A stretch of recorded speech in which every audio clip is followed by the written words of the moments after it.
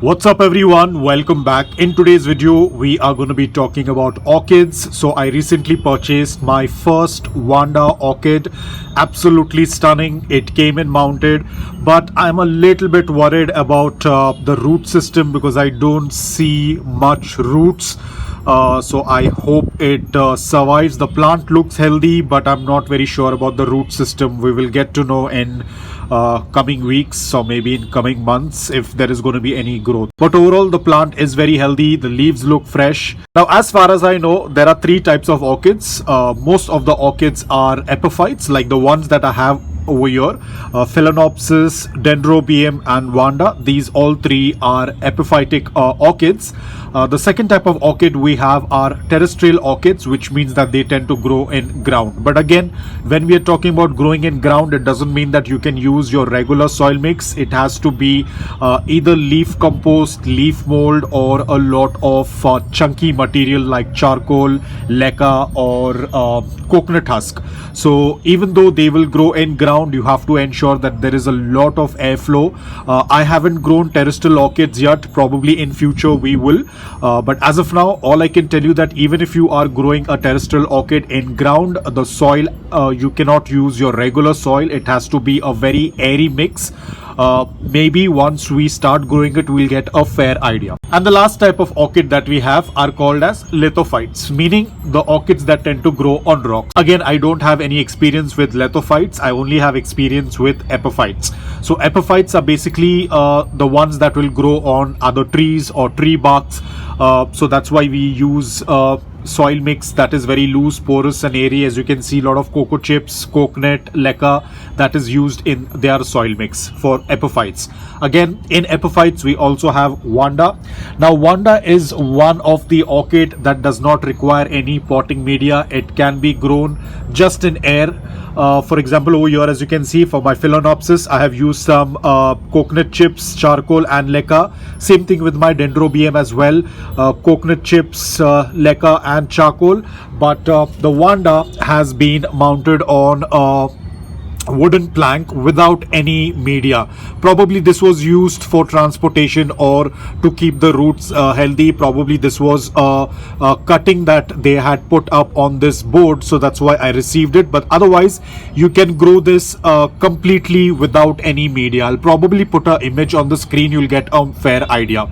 However, you can grow them in charcoal and leca as well, but you have to ensure that there has to be a lot of airflow.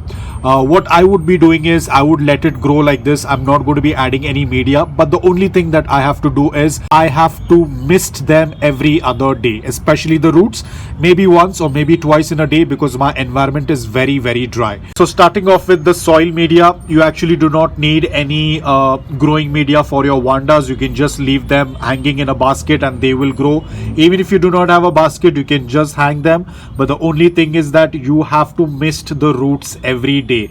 If you are from a humid environment, maybe once a day. If you are from a very dry environment like mine, then you have to mist it maybe once, twice or even 3 times in a day, because they prefer humidity around 60 to 80%. So you have to ensure that there is a good amount of humidity. The roots should not dry because they do not sit in any media. These guys, I can water them every alternate day because they have a good amount of media present in it.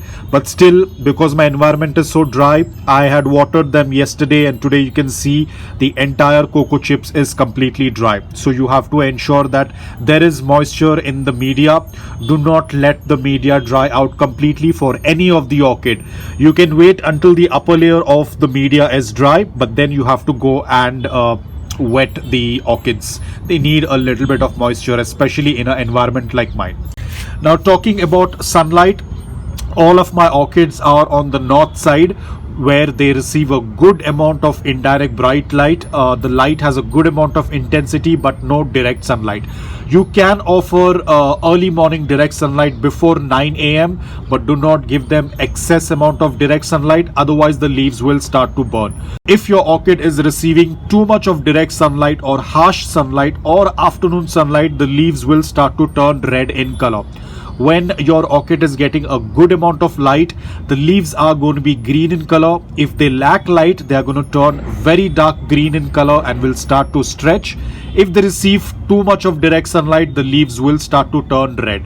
Keep them in indirect bright light, that is perfect, with a good amount of intensity in that light, and they are going to do quite well. Now, talking about fertilizers, I haven't used fertilizers yet. You can go with any liquid fertilizer. Some people tend to use chemical fertilizers, but whenever you are using any kind of fertilizers, you have to first ensure that your orchid media is completely wet. Only then add fertilizers.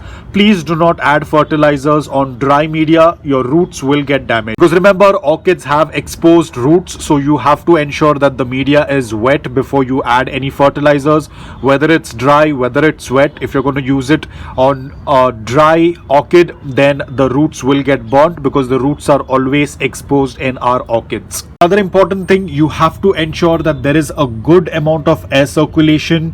You'll have to place it somewhere where there is a lot of airflow, because as we have mentioned this earlier, the media tends to stay slightly moist. There is a high chance that it can develop fungus, it can invite pest. So you have to ensure that wherever you are placing your orchids, there has to be a good amount of airflow.